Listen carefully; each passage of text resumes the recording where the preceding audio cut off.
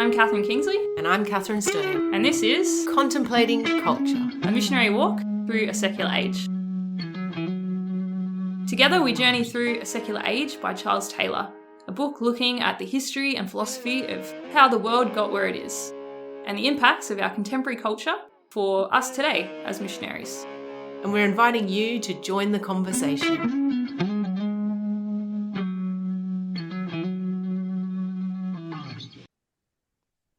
Hello and welcome to Contemplating Culture.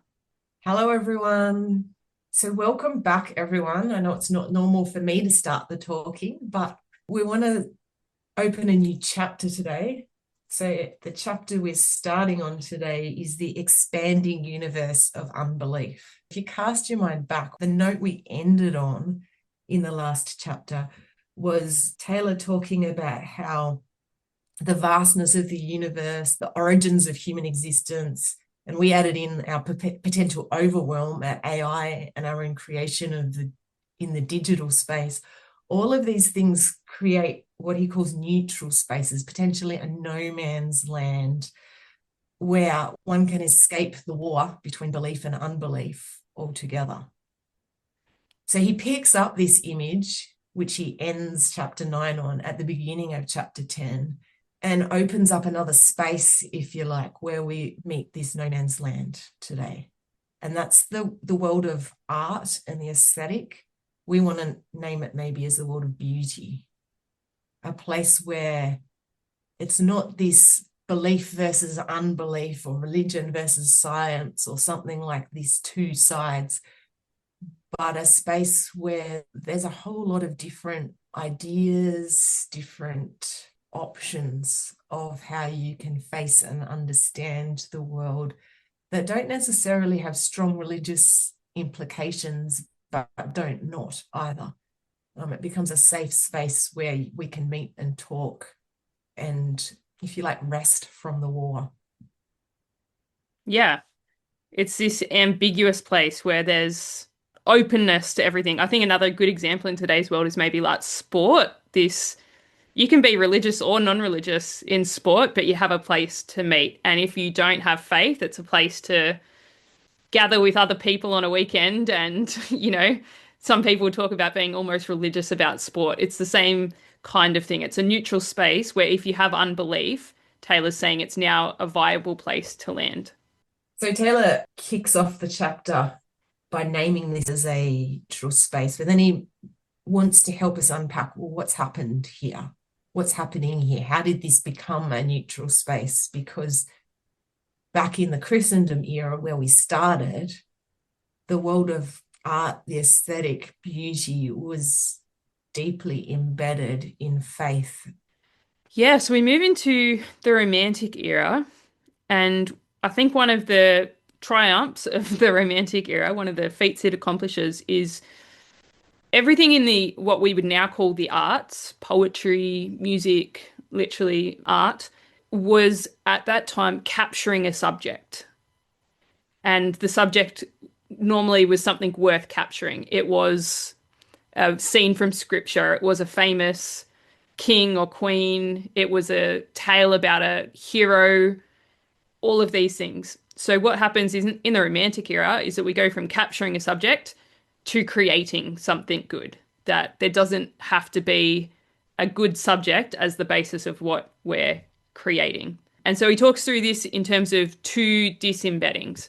So if you think at the beginning of this movement, we've got a lot of very highly skilled people that are putting their use of the arts towards, say in music, they're writing mass music, things to be played during mass or parts of the mass. So you're saying Mozart's Requiem's an example of this. Yeah, but not just, like, it didn't just have religious purposes. Like, there was also, music for the coronation of a king or art to celebrate our victory in that battle. That all of this, the arts, sat within context, and it was like a public context. Yes, that's a great way of putting it, a public context. So art having a definitively good subject and a public context where that was. So the mass music was played at mass. So the thing was within the context. The artwork of the new queen was hanging in the hall with the other images, that everything was in its public context.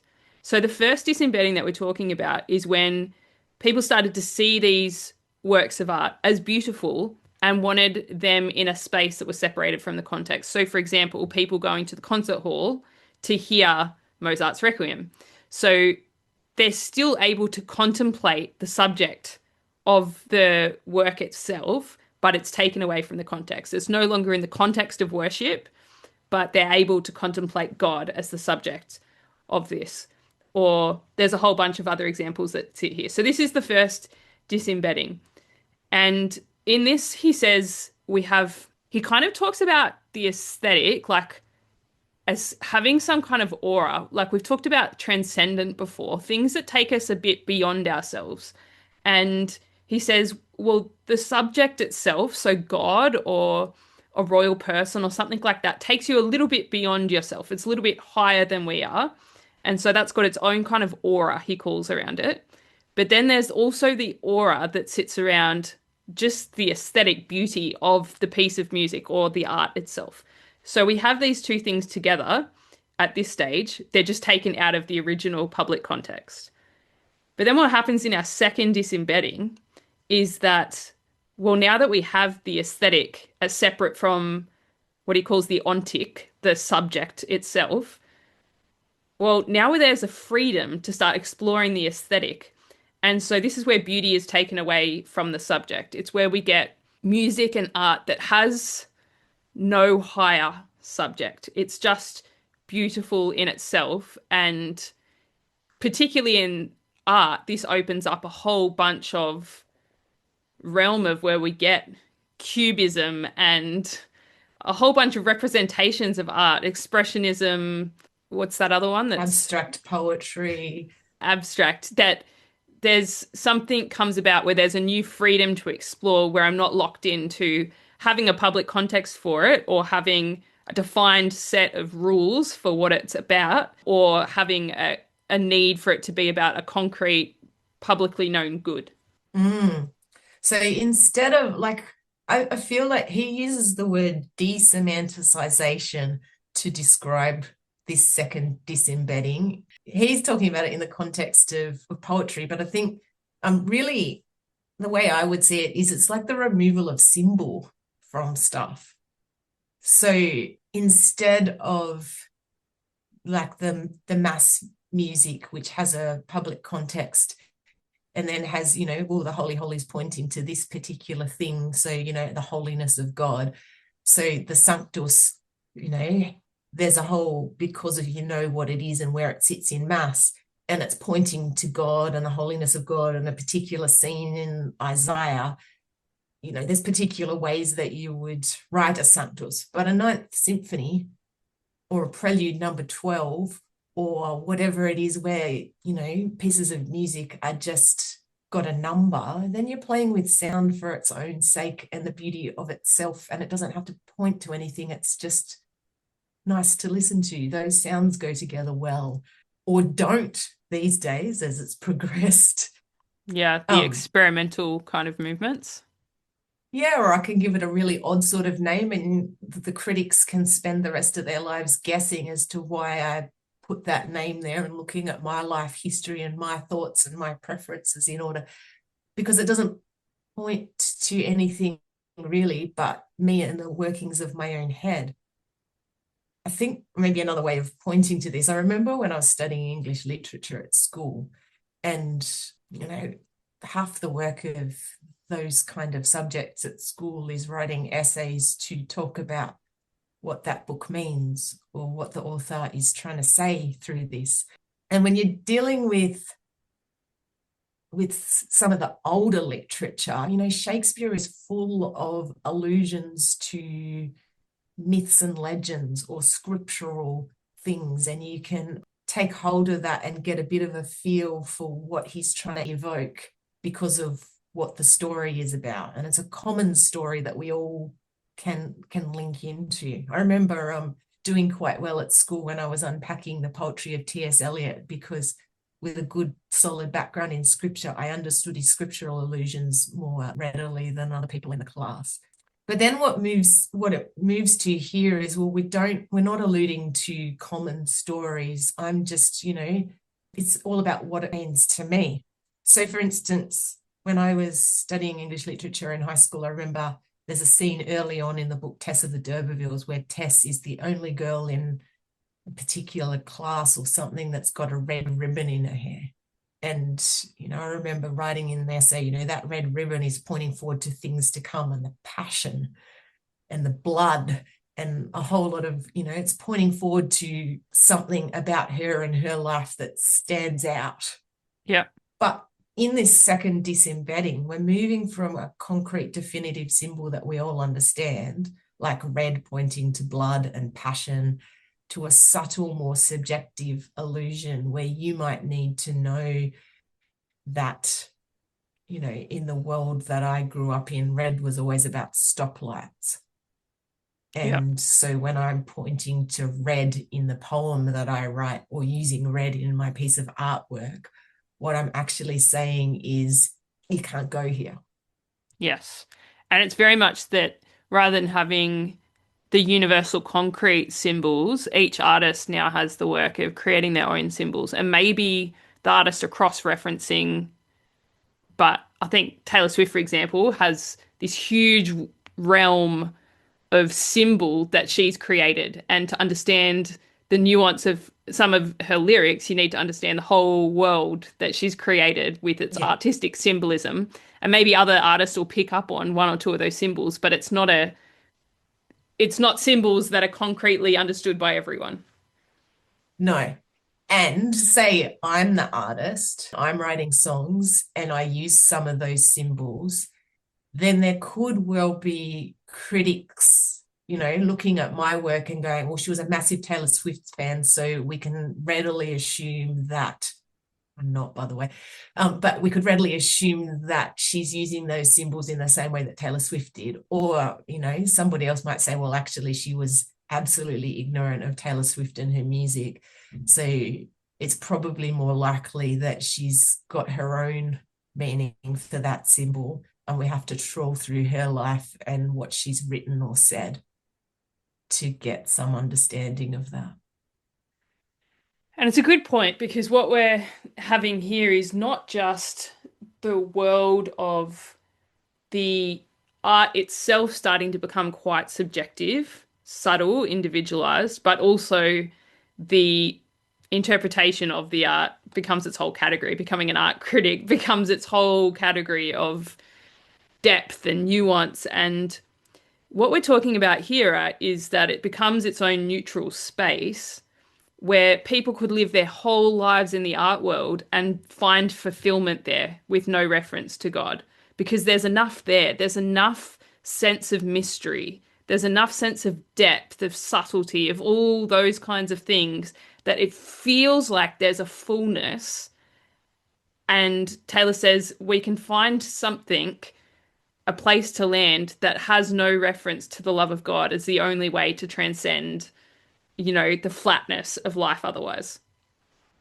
Yeah, and I think there's something, I think he uses the word evoking at some point when he's talking about music, and the sense that, this piece of music or this piece of art or this piece of poetry evokes something in me, some emotional response or some direction of thought. And it's not just my mind, it's my heart, my feelings.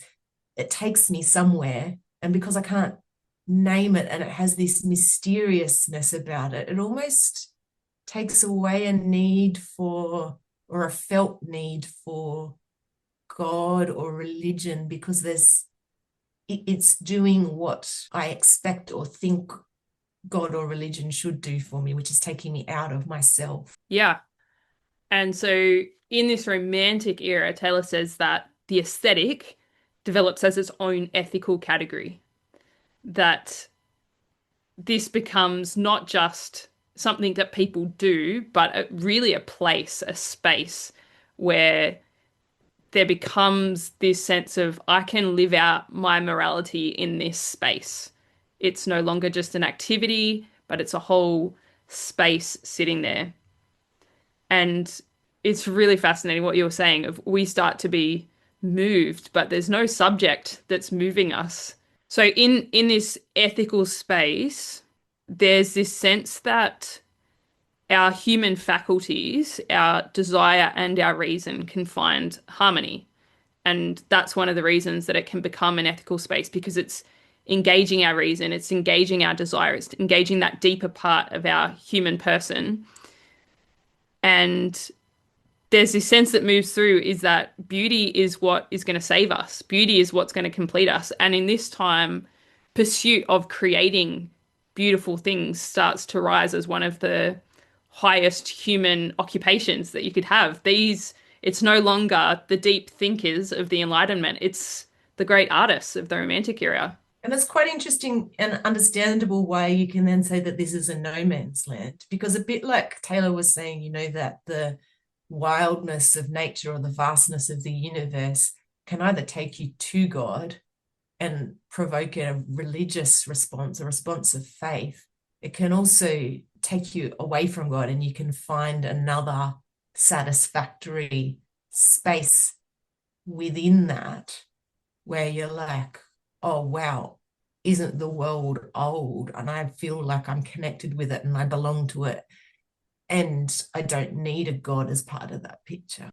So in the same way, I think beauty, there's this sense in which beauty can point me to God. Art can point me to God.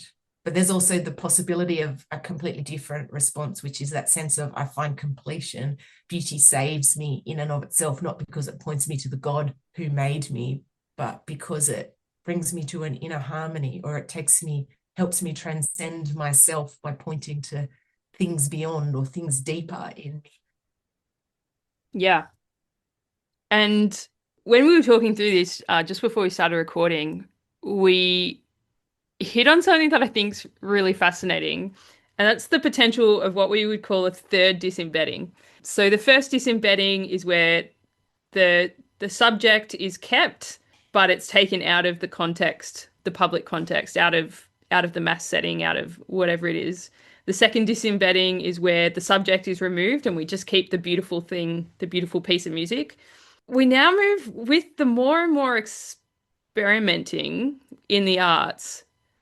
I would say that, like, you pose this question, Kat, of is all art beautiful? And you're like, I think I would say no. And it's quite fascinating because a couple of the sisters went recently to see the Archibald portraits in Sydney in the gallery and brought back the booklet of what they look like. And like objectively, I would say that some of those artworks are not beautiful. They're art, but they're not beautiful. And the more you walk around the galleries, I don't know if even the most stringent art critic would be able to call every art beautiful, even though it's saying something, it moves you, and they might say it's beautiful in its ugliness or in its rawness or in its, do you know what I mean? But it's this really fascinating point that beauty has now been severed from art, that art has become its own category further away from beauty. Yeah, the third great disembedding. We're getting good at adding these layers to things.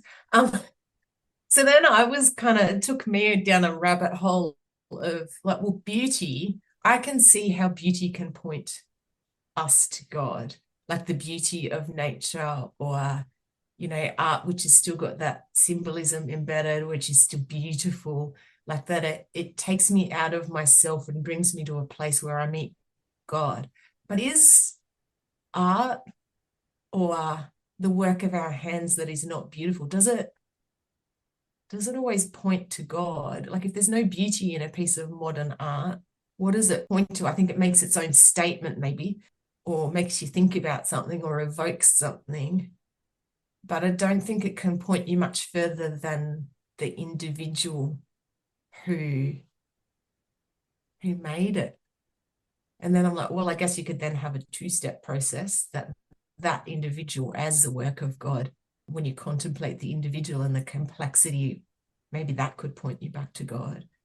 But I was just thinking in terms of beauty will save us, that there is something about beauty that is like we talk about the transcendentals, and we have talked about the transcendentals, that beauty and truth and goodness and unity as qualities of God, as things that can point us back to God. I was thinking about modern art and the lack of beauty, and I was thinking about my regular frustration when I'm in a church that's relatively new and I would describe as not beautiful. And I have to admit that I spend a lot of time in churches rearranging, repainting, replacing, trying to imagine what you could do to make this place beautiful. And it was reminding me of a friend of mine who's a priest who made a comment, well, you know, there is an objective beauty. And the way that you could tell if a church is beautiful is to ask yourself, would a bride choose to get married here? Mm. And it really made me think that it's true that for weddings, people want somewhere beautiful. And especially like secular weddings, you know, we want a beautiful background. We want something that reflects the beauty that we found in love. There's a sense in which there's a natural connection in our heads and hearts between celebrating love and beauty. And in my head, that makes a whole lot of sense because beauty points to God and God is love. So Yeah. the connection between them that's sort of unconscious in us is all because of God. So what I'm hearing is the first missionary impulse of this is to have really good church design that is beautiful. Well, maybe I was just thinking about it and thinking, well, what does like some church design which isn't beautiful has really clear symbolism about it, but sometimes the symbolism isn't clear and you need someone to explain it. Does it have the purpose it was meant to have?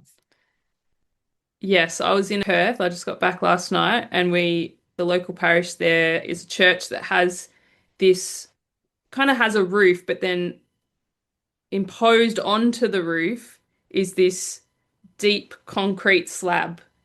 And we were talking about the architecture. It's like, is it meant to make you feel like you're going into the tomb? It's all just this, like grey concrete, like aesthetically, it's not bringing you to life, but again, it might have that symbol. I don't know what the symbolism is. And we were talking with one of our sisters, and her church architect friend said, if you need to have it explained to you, the symbol's not clear enough. Yeah. And I think there's, something about the disembedding that really maybe affects the evangelical possibilities of art. And unless we're drawing on a symbol that is clear, you're better off doing something that's beautiful because beauty at least does point to God very naturally. Yeah. And it's a good point. Like, we won't go into detail maybe, but one of the things that I think happens in this period is the separation between truth and beauty, that you could be, like for us as evangelists, we could be proclaiming truth, but if we were hard and harsh about that and lacked the beauty that is also found in God, like you were saying, if we're giving a talk, if we're just got, I mean, sometimes the truth will just pierce the heart, but we can be adding to that by finding beautiful images to put on the slides, by finding beautiful turns of phrase to hold the truth in, because beauty is also an avenue where people can encounter God. So the more we can be linking those, I think the more effective we can be in our work of bringing people to understanding the fullness of God.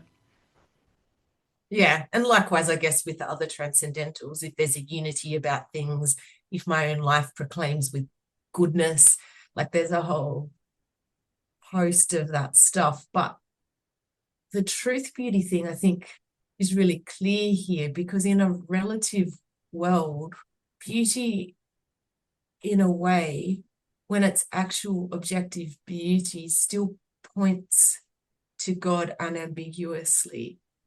Whereas straight art, I would say, which isn't necessarily beautiful, has a ambiguous, a relativistic potential about it. That's your truth. This is my truth. I think beauty true beauty can't not proclaim the God who is beauty, who is beautiful. So an example would be with the recent Archibalds. The winning art piece, I would say, was one of the least aesthetic. But if you want to know what is objective beauty, you go to the People's Choice Award. That the common Mm, person knows what is what beautiful. appeals to them. Yeah. Yes. There's a And it's, common sense of attraction to it. yeah. And then the same way I would say in church architecture, if you want to know what's truly beautiful, look at the churches that everyone chooses to get married. And I think I guess we've been looking at the subject of art as being beautiful, but I think there's also implications for us then as in the act of creating. So a few Mm, years ago, I wrote a paper on the Holy Spirit in the life of the individual. And in my research, one of the places that we clearly encounter the Holy Spirit is in the act of creating, because we're opening ourselves up to something which is beyond us. That's kind of what creativity does, is it opens us up to something that is not yet there. It's beyond us. And it makes sense because God is creator, that we would encounter God in the act of creating. And here in our Sydney mission, we have a creative healing retreat where even people who wouldn't necessarily put themselves down as an artist, who would say that they don't have a creative bone in their body, can still encounter God in the act of creating. That there doesn't have to be a piece of art that comes out of it, but in the work of creating, we can encounter God because God is creator. And it's interesting, really, because this is in a context where, like, part of the result of these great disembeddings is that we go from a world where God is creator and we are merely co-creators or sub-creators or just capturing the beauty of his creation to a world where, like, and we've talked about this in previous podcasts as well, where I get to decide what everything is and what it means. Like, I'm the creator, and that introduces an element, and I think I said this back then when we were podcasting too, of almost anxiety into, because I've got to come up with everything for myself, like start ex nihilo from the beginning, Yeah. um, and create something that is beautiful or meaningful without God's help. A couple of years ago, my sister-in-law was clearing out her bookshelf, and one of the books that she gave me was called The Artist's Way. And it was only at the start of this year, one of those books that you have for a few years and you don't read it all. Well, I picked it up this year because I not was feeling stuck in creativity, but I was feeling stuck in joy. And I just kind of had this knowing, right, that opening up creativity would help me re-engage with joy. And it's fascinating. So it's written by this lady, Julia Cameron, and she's very much in the Hollywood space. And she developed, I think, her own process of being an addict and going through the 12-step program opened her up to something beyond herself and her need for something beyond herself. And she wrote this program that she's called The Artist's Way for blocked artists, for people that are in that space of being blocked. And like, it's a very secular book. It's, millions of people have read it, but it's very fascinating when I started reading it that she's like, you actually cannot unblock as an artist until you open up to God. And she's like, I'm not saying you have to be Christian or have any kind of religious practice, but there is something spiritual about creativity. So whatever it is you need to call God, you need to engage with that in order to create. And it's like, even from the very secular space, this acknowledgement that to create requires opening up to the spiritual realm. And I think that this is a great example of what a missionary endeavor in this space would look like, is trying to get people to almost re-embedding the spiritual into the creative, of getting this sense that as a person I'm not alone when I'm creating things, and actually God can help me in that, and it leads me to God, both of those. So I think it's a really good example. And just to give you an example, I just wanted to close by reading through, she calls these creative affirmations and she gets you to say them every day because she's very much a believer that as you put this truth into you, that it starts to bear fruit. So I might just read them through. So I am a channel for God's creativity and my work comes to good. My dreams come from God and God has the power to accomplishment. And God has the power to accomplish them. It's like a secular book. God's already got 3 mentions in the first 2 affirmations. As I create and listen, I will be led. Creativity is the Creator's will for me. My creativity heals myself and others. I am allowed to nurture my artist. Through the use of a few simple tools, my creativity will flourish. Through the use of my creativity, I serve God. My creativity always leads me to truth and love. My creativity leads me to forgiveness and self-forgiveness. There is a divine plan of goodness for me. There is a divine plan of goodness for my work. As I listen to the Creator within, I am led. As I listen to my creativity, I am led to my Creator. I am willing to create. I am willing to learn to let myself create. I am willing to let God create through me. I am willing to be of service through my creativity. I'm willing to experience my creative energy. I am willing to use my creative talents. I just think it's so fascinating. This has come out of, and gone into the secular space that there's something in this. So I think that there's a huge field for evangelization in the arts and through the arts, in creativity and through creativity. I think Taylor quotes Dostoevsky, beauty will save us. And I think there's a truth in that, whether it's the beauty that we take in or the beauty that we're co-creators of.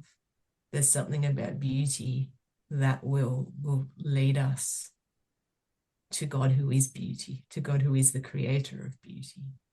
And just quietly, super effective by nurturing creativity, recapture joy. So there you go. All right. Nice. Well, thank you, everyone. Until next time, be well. This has been Contemplating Culture, a podcast produced by the missionaries of God's Love Sisters. For more information from today's episode, be sure to check out the show notes. We pray that today has blessed you, and most importantly, we invite you to continue the conversation.